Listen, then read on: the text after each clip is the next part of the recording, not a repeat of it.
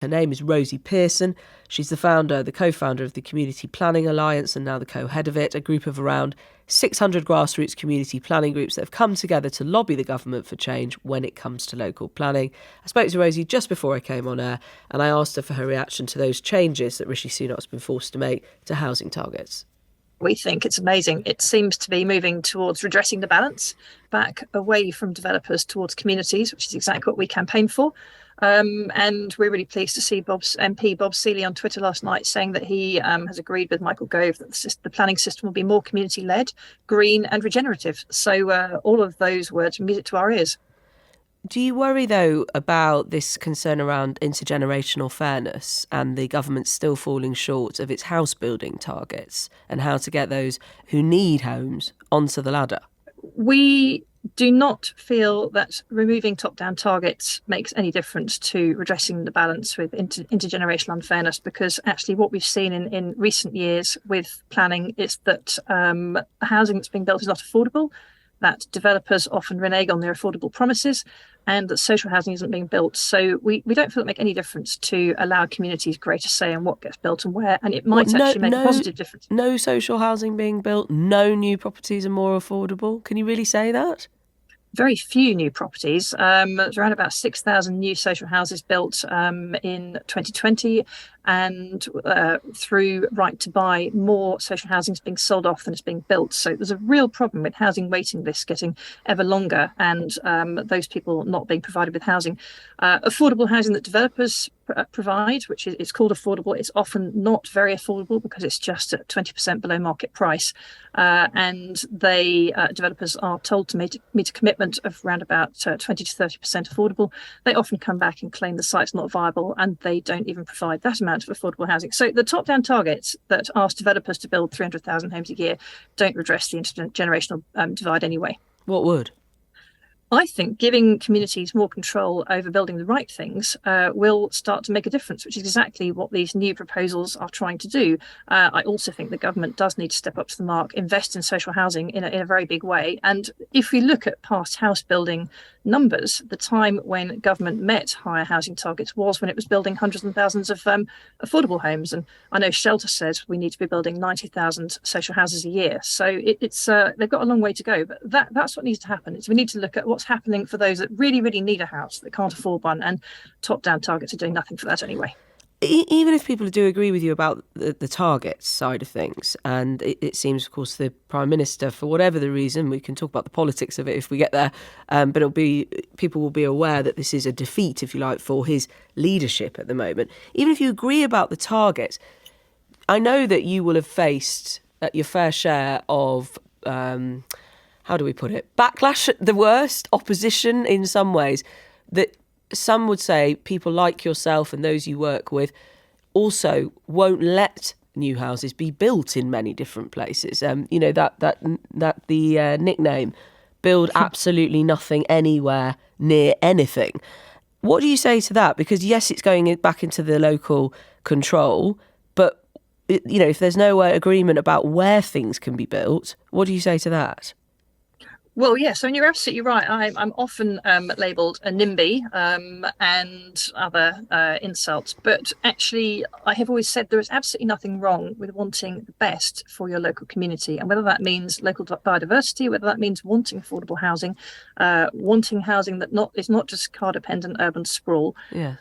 So the planning system at the moment is very confrontational, and what it does is it presents communities with a done deal, and it then forces them to fight that if there isn't the infrastructure, if there aren't the doctors' places, if there aren't the schools, or if wildlife isn't protected. So what we're advocating in the Community Planning Alliance is that the whole system is rebalanced towards asking communities what they want and need, letting communities set out the problems such as infrastructure deficits, and then finding ways to sort those problems out and to address the issues and to provide the affordable housing. And I think if you ask anybody, and in fact there are surveys that show that people support house building, but they don't support what you see, which is sort of generic, unaffordable housing estates plonked on the edge of villages with no care for the wildlife, developers reneging on their affordable promises.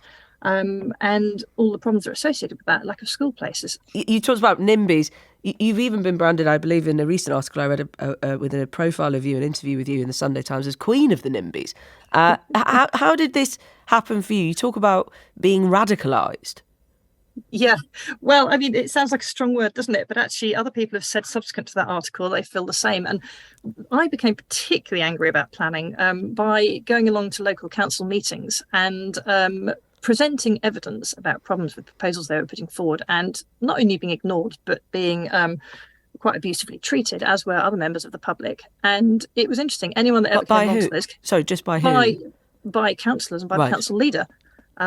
So when you find the people that are supposed to be making the right decisions treating you pretty rudely and not listening to evidence that was then proven to be correct by a planning inspector, you do find yourself getting angrier and angrier because you want the right thing to be done. And invariably, the proposals that are put forward have got flaws in them. And for people to be called NIMBYs for holding councils to account and developers to account, I think is wrong. You mentioned that things get heated and people not being treated quite as they should.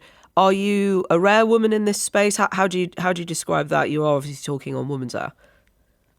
Yeah, no, there are a lot of women in campaigning, and I think a lot of women in sort of community groups, community action groups. So, yes, we are all very used to being often treated quite badly, but you can't necessarily say that's just a gender thing. I did ask around my committee, and one lady in particular has had definite sexism both online and in person. So it can be an issue. As you say, targets have been missed. I mean, the target to build 300,000 houses a year, Michael Gove is still insisting that is the target, that it remains, despite these new powers for councils to dismiss it.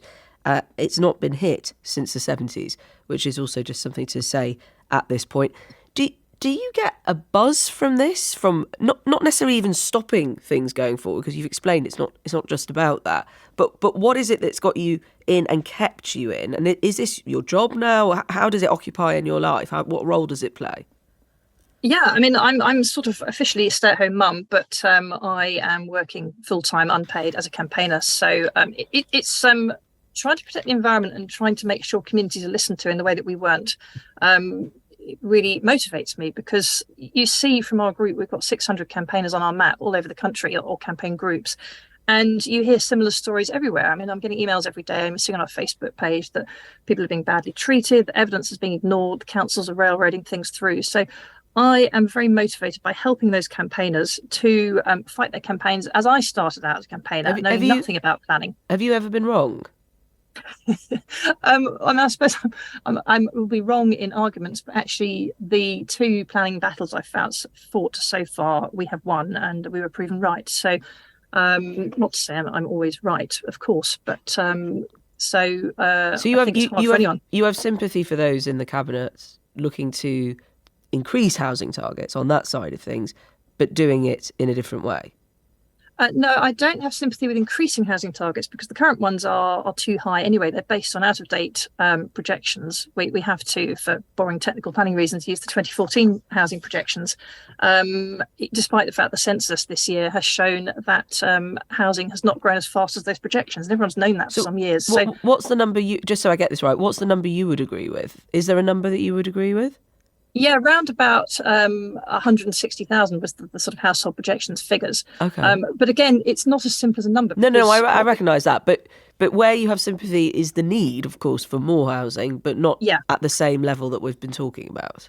Exactly. And the need for the right types of homes, and affordable is the real need. There's no shortage of investor homes, luxury penthouses and sort of executive boxes. There's plenty of those. Anyone wants to or can afford those can buy them. But there's a desperate shortage of truly affordable housing. And literally by having a target, that makes no difference because the developers won't build the affordable housing. And why should they? They're running businesses. So government will need to step up to help us build. Some of them will say that perhaps they are motivated to, but you need the government, as you're saying as well, to step up. For those who think planning is the dreariest thing in the world, they wouldn't want to go anywhere near it. They don't want to read these sorts of documents. They certainly don't want to spend their evenings being, as you say, having some very passionate conversations with their local councillors. Let's cast it like that. What would you say to them? I'd say yes, that is the problem with the planning system, is that you have to get involved with the technical side of it. But that if you really care passionately, and you should do, because planning affects literally everything about your life, then it's very worth getting involved in a local neighbourhood plan, which is a much more positive way of doing things, because that helps to plan for your area's future. Is Jackie Weaver one of your heroes? Do you have the authority? Yes, she is, isn't she? So yeah, she's managing those men very well. Well, Rosie, it's another name for people's minds, your name, that is. Thank you very much for your views this morning and telling us a bit how you got into this. Thank you very much. Rosie Pearson there, the founder of the Community Planning Alliance, a group of around 600 grassroots community planning groups that have come together to lobby the government for change